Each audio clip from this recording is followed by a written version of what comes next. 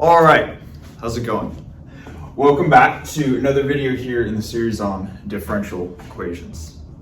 We have been working now for a little while, I'd say, on first order differential equations. And so far, we've learned how to solve this simplistic case called the linear homogeneous first order differential equation with constant coefficients. And the three properties that I listed being their differential equations being linear, homogeneous, and having constant coefficients, we can kind of think of those as three sets of training wheels, or three conditions that make the differential equation easy to solve. And what we've done in the last couple of videos specifically is we've taken off that first set of training wheels. We said, what happens if now we allow the differential equation to be non-homogeneous, right? Where essentially if we get all powers and factors of the first derivative and the function itself on the left-hand side, what happens if we have a non-zero right-hand side? Now, in this video, we're going to be taking off the second set of training wheels.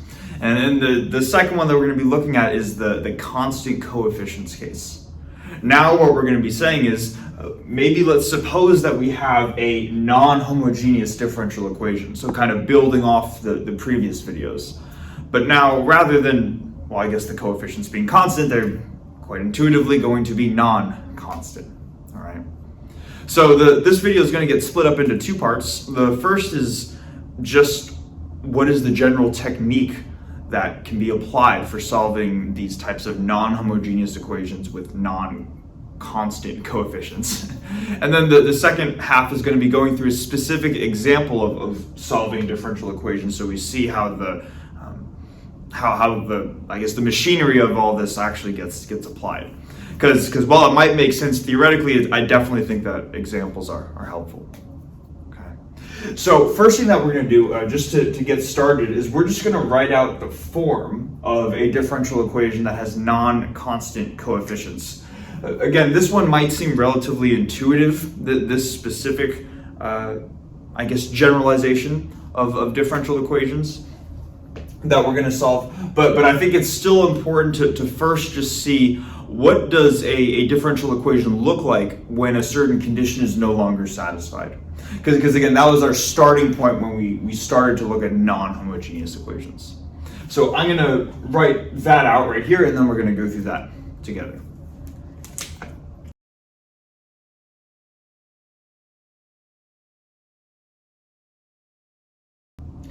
All right, so here is the overall structure of a non-homogeneous differential equation that now has non-constant coefficients. So first thing to note is that it is, well, non-homogeneous, because if we have all the powers of dy dx and all the powers of y of x on one side, we still have a non-zero right-hand side, right? That was the kind of what we've been doing so far. But now when working with non-constant coefficients, what you can probably imagine, right, is that before the general case would have just some scalar, some constant number a times dy dx plus another constant b times y of x equals some right-hand side. Now we're saying what happens if we allow a to be a function of x and b to be a function of x? That is the case where we get non-constant coefficients. Okay? And hopefully that is kind of intuitive. I think the one thing that's probably worth mentioning is that you might be wondering is, well, why is a of x and b of x simply functions of x and not y? And it's very possible that you, in theory, could have some function of x and y and some function of x and y, right? But the idea is that as soon as you do that, or even have a be a function of x, y of x, maybe its first derivative, second derivative. What I'm trying to get at is, why are we saying that a is only a function of x and b is only a function of x? And the reason is because we're still working with linear differential equations. We're still assuming that we only have something times 1 power of dy dx plus something times 1 power of just y of x. If we allowed y or any of its higher order derivatives to be within these two terms, a and b right here, then all of a sudden the differential equation becomes nonlinear, and we just haven't got to that case yet. Okay. So hopefully that makes sense. That's why this differential equation has the structure that it does. Now, we might say, okay, well that makes sense, but how do we actually go about solving this thing, right? And there's kind of this neat little trick that you can do, and we're going to go through. I don't know if calling it a trick's the right word. That almost makes it, that kind of minimizes the interestingness of it. But we're still going to go through this technique that can show us how to solve this type of differential equation right here. So the first thing that we would do is we would just, if we're provided a differential equation of this form, the first thing we want to do is to just get the dy dx term by itself. And here's what I mean. I shouldn't say to get the dy dx term by itself, but just to have this isolated. So it's 1 times dy dx rather than something times dy dx. So the natural way to do that is we just divide a of x through onto both sides of the equation. And when we do that, what we'll get is dy dx by itself plus, and rather than writing a of x and b of x and c of x, hopefully it makes sense that, actually no, I'll keep them just for now, but hopefully I won't always need to write b of x, a of x, and the parentheses of x, right? So we have b of x divided by a of x times y of x, equaling c of x divided by a of x. And what we can do at this point is we have a fraction of 2 functions that only depend on x.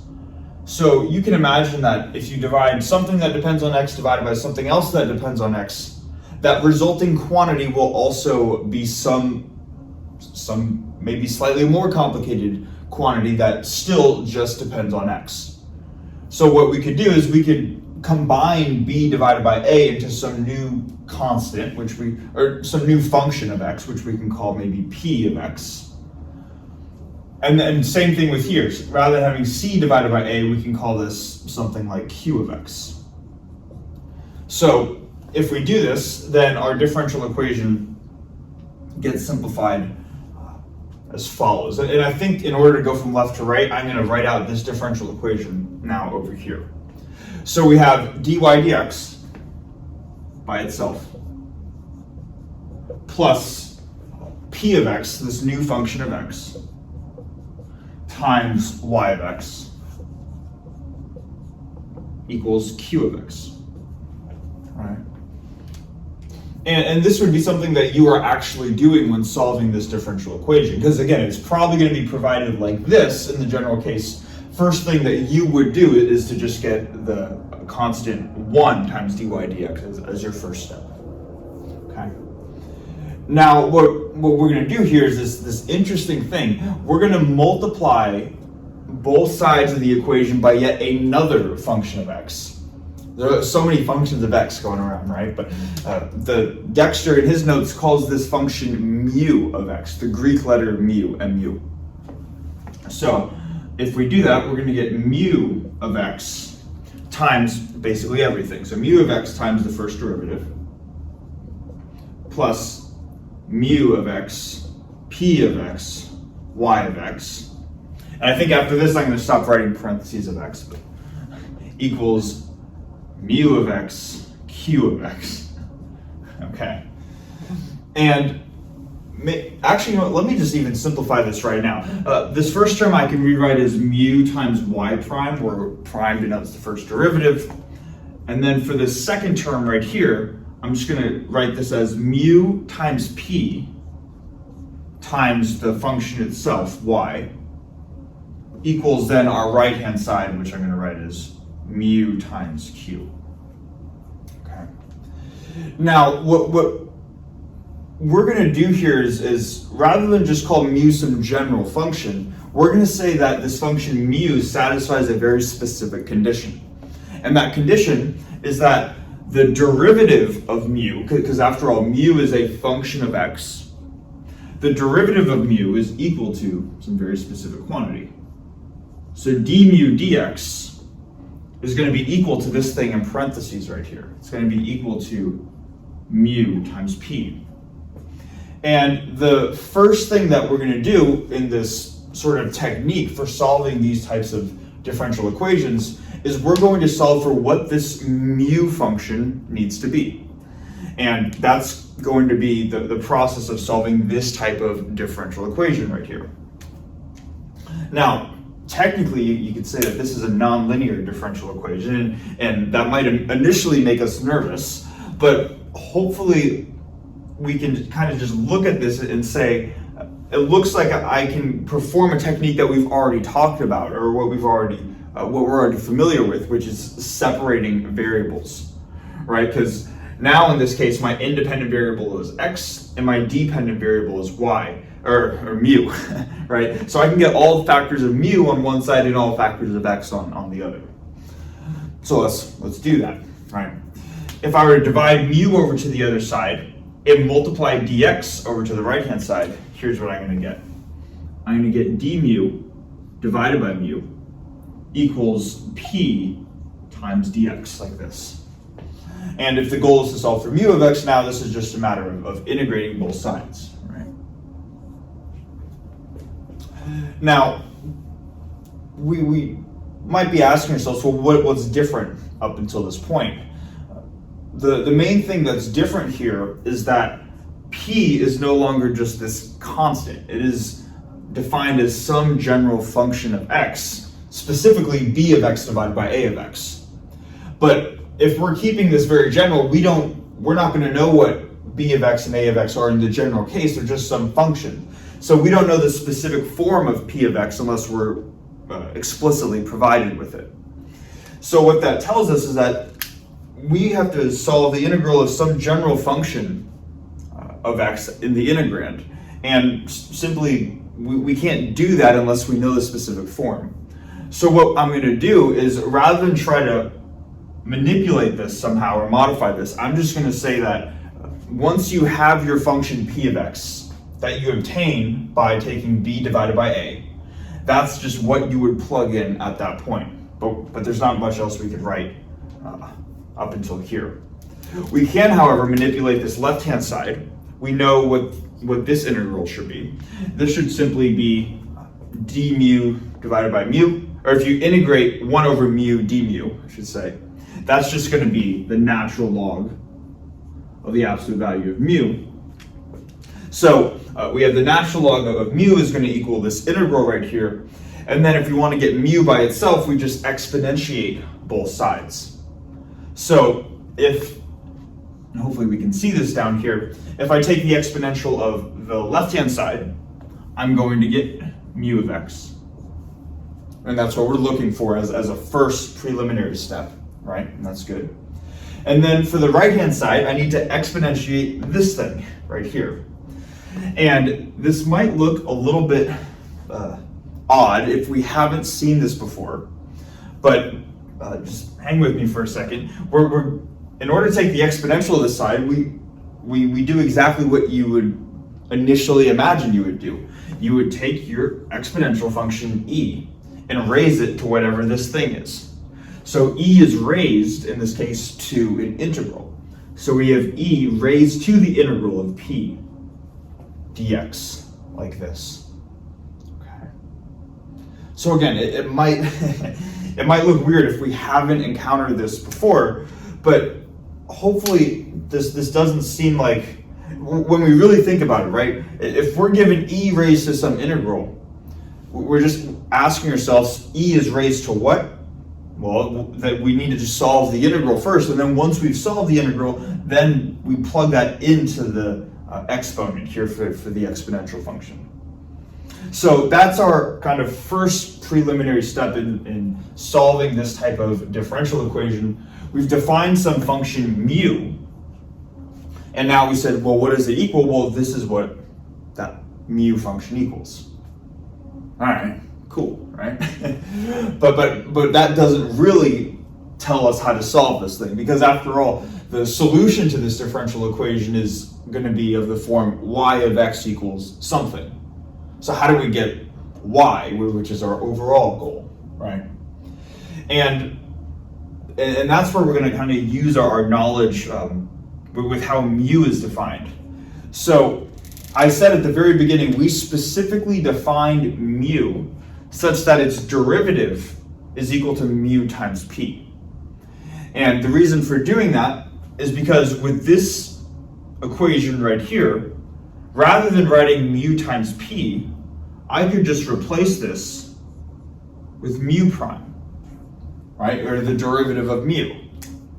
And when we do that, notice that we have a product or a sum of two terms. Both of these two terms are a product of some factor of mu times some factor of y. And we have mu times the derivative of y plus the derivative of mu times y. Hopefully we recognize that this is how we can express the product rule of if we were taking the derivative of the product mu times y. In other words, I could say that the sum of these two terms right here could also be expressed more compactly as the derivative of the product mu times y. Right? Hopefully that makes sense. And if you imagine these are both functions of x, and you take the product and then take the derivative, this is what you would get from product rule. And we say, okay, cool. We've defined mu in such a way that it's going to equal this. And now that we've defined mu that way, we now have one way of expressing the sum of these two terms from product rule. But we also have another way of expressing the sum of these two terms just coming from our starting differential equation. So now let's just set those two things equal to each other. Let's set this equal to this right here. And I'll do that over here now. So for the leftmost term, we have the product mu times y. We're taking the derivative of it, and that's going to equal mu times q. And we're going to now just solve for y using both algebra and calculus. First thing that we need to do, if we're taking the derivative of this left-hand side and we want to get y by itself, the way that we effectively undo the derivative is just by integrating both sides, right? So when we do that, now my left-hand side is just going to be mu times y. I should say we're integrating with respect to x. I am assuming that, right? If we do that, left-hand side is going to be mu times y. And then my right-hand side is just going to be whatever this integral is equal to. So the integral of mu times q dx.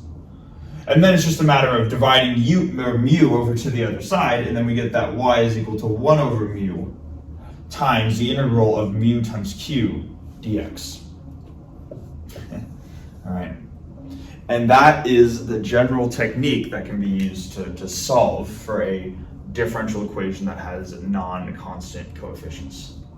So I want to box that, and I think I want to box this too, right? Because, again, this looks very general, but hopefully we can see that we know what each of the pieces are going to be in this differential equation. We know what mu is. Mu is this thing, and it's defined in terms of p. But we know what p is because p is just b divided by a, and we're provided those at the beginning. So we know what mu is, and we know how to find mu. We also know what q is, because q is just c divided by a, and we're provided with both c and a at the very beginning. All right. So that would be the kind of the general process. First thing, just breaking your differential equation into a p and q function. Second step is finding what mu is equal to. Third step is then applying this general equation right here. All right. As you can see, even if the individual steps might make sense, it's definitely helpful to go through an example to see how to actually solve this. Okay. So what I'm going to do is I think I'm going to keep these boxed equations. I'll write those at the top, but we're going to go through an actual example for how to solve this type of differential equation.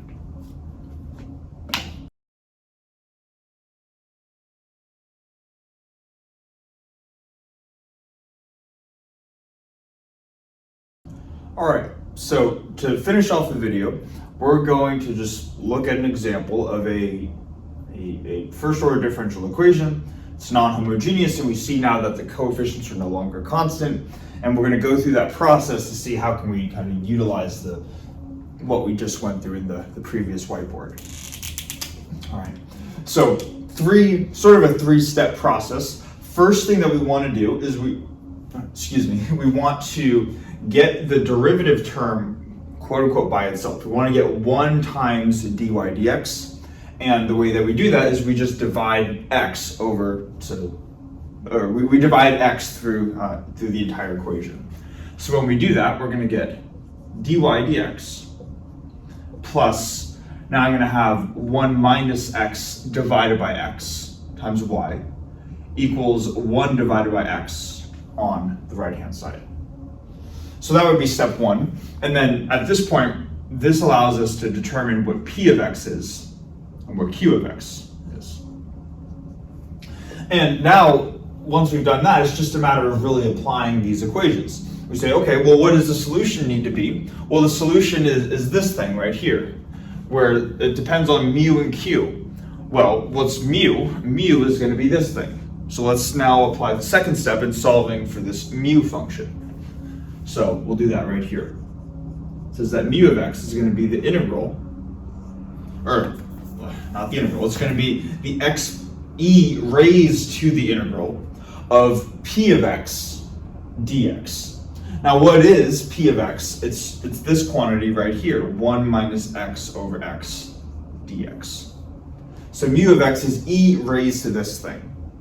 What I'm going to do, and what I recommend doing, is to just, if you're working through these types of problems, just in a separate line, take the integral by itself, and so you can just focus on the integral, and then once you get the solution to the integral, then plug that back into this, into the exponential, or into the exponent. So if we want to integrate 1 minus x over x dx, what I can do is I can just split this fraction into a difference of 2 terms, where my first term is going to be 1 over x dx minus the integral of x over x, which is just 1 times dx. So I have these 2 integrals. The resulting first integral is just going to be the natural log, absolute value of x, and then the second integral is going to be x, like this. And there is a plus c, but because these are indefinite integrals, that will get absorbed into everything, and we'll see where the general coefficient comes out in the end. But this is the result that we would get. So this is what is going to be plugged into the exponent right here. So that means now that mu of x then is, mu of x is going to be e raised to this thing. So e raised to the natural log, absolute value of x minus x. What we can do is we can take the exponent, or we can take e raised to a difference of 2 terms and rewrite it as a product of 2 different exponential quantities.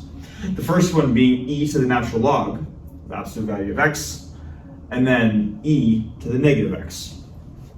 Now, hopefully we're familiar with the fact that the exponential and the natural log are inverse operations of each other. So this can be, this is just the same thing as x by itself times e to the minus x. And this would be step 2 in the overall process. This is what our mu of x function is. Now we say, okay, great, we found what our mu of x function is. Now what we just have to do is we need to plug in mu of x into here, and that's going to give us our overall solution to the problem. So let's go about doing that. Now it says, okay, well, y of x is going to be 1 divided by mu. So that's going to be 1 divided by xe to the minus x.